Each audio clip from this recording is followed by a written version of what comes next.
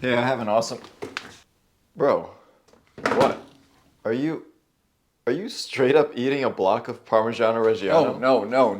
No. I was checking the texture of it for science. You don't make science videos. I'm trying to expand my horizons. No, you're not, dude. Your content is as stagnant as a pond in the middle of a drought. So what was your idea? When braised beef meets beef stew meets a lovely Italian pasta dish, you get this. Short rib ragu is one of the best things that you can make at home. Short rib is obviously one of the best cuts of meat that you can make, especially when it's slow cooked like this. And then you've got a red wine tomato sauce that is quite similar to a bolognese, all mixed in with some wide pappardelle pasta. This is going to impress anybody that you cook this for. This starts with between 4 to 5 pounds of beef short ribs. I would have opted for the long English cut ones, but I found these shorter ones on sale at my local grocery store.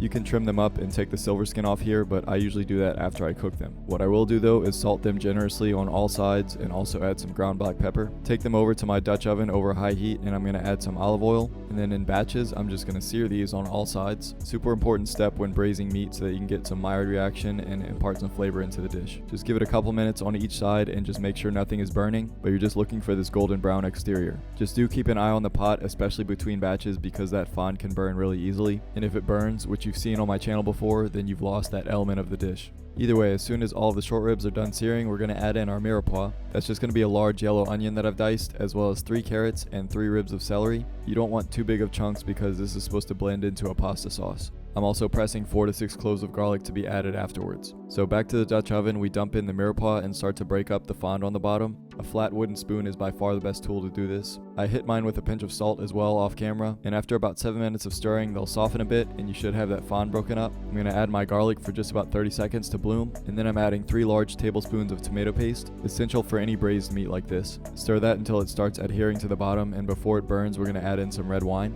I like to add a tiny bit at a time to see what I'm deglazing as opposed to adding all the liquid and not being able to see the bottom. But either way, that's probably about a cup or so in total of red wine. And then I'm going to drop in 2 28-ounce cans of crushed tomatoes. I add a bit of water into the first can and then pour it into the second can and then pour that in to grab whatever's remaining. And then to season, I'm going to add in 2 beef bouillon cubes. Chicken bouillon works as well. Maybe a tablespoon each of dried basil and dried oregano, a small handful of red pepper flakes, and 3 bay leaves. I'm going to add back in all my seared short ribs, and that should quickly come to a boil. I also forgot I have several Parmesan rinds in my fridge, and this is a great way to put them to use. So if you're ever using Parmigiano Reggiano, you can save the rinds for stews and stocks and pasta sauces like this. I'm going to cover that and just leave it on a simmer until those short ribs are tender. I've seen times take anywhere between 3 to 5 hours for this. I've done braised short ribs before where it was done in 3 hours, but this one took me like 4.5 hours. You know when it's done when it basically falls apart and you can stick a fork into it without any resistance. But it's better to go by feel than by any kind of timer. At this point, I like to let this sit off of heat for like an hour just to let the bones release more flavor into the sauce. It's also going to cool down just slightly so we can do what we're about to do, which is removing all the short ribs as well as any of the bay leaves and Parmesan rinds in there. Then we'll carefully strip the meat off the bones and then make sure to get rid of any of that silver skin or tough chewy parts. This is really the only tedious part of this recipe and it's worth it. Once I have all the meat off the bones, I'm just shredding it with 2 forks and dumping it back into the sauce. Flavory boys that are now trash because all of their flavor is in the sauce.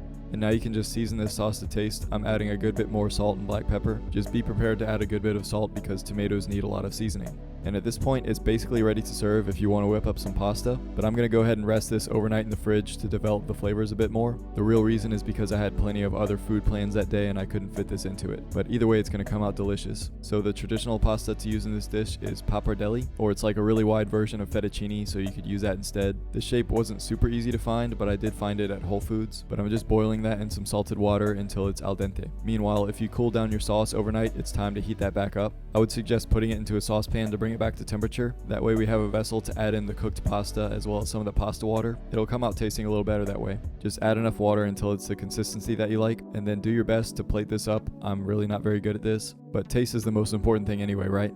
Unless you're running a YouTube channel and your thumbnails matter. Maybe that's why I haven't gone anywhere yet. Anyway, garnish with a good bit of Parmigiano Reggiano, and it's time to taste test.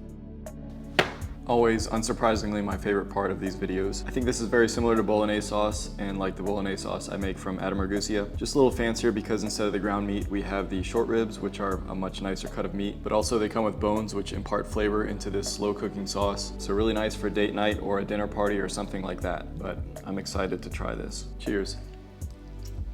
Wow, So as expected, the short ribs really take this to another level. But also this pappardelle pasta is something that I don't think I've tried before, maybe in a restaurant, but definitely not at home. Something about the wide texture of this makes it feel fancy and it tastes better. I mean, this just follows the standard process for any kind of slow cooked stew or sauce, where you just brown some meat and then in that fond you cook some vegetables down, deglaze with some kind of liquid, and then slow cook the meat in that liquid. There's countless dishes out there from lots of different cultures like that, and it's a process for a reason. This is super heavenly. It's one of those things that feels like you're eating at a restaurant at home, and you can make a lot of it that'll last a while. I would keep the pasta and the sauce separate except for the portions that you're making. In other words, I would store the sauce by itself and then just make some pasta when you're ready to eat some more. Also, just like with the bolognese sauce, like I learned from Adam Ragusia, since I made so much of this, I'm gonna freeze most of it so I can eat it later on. And a sauce like this with not too many big chunks in it can be fit into some ice cube trays. And once those are frozen, then I can dump them into a plastic bag, and those are some individually portioned pasta meals. Just a tip from him to me and then me to you if you haven't seen it before.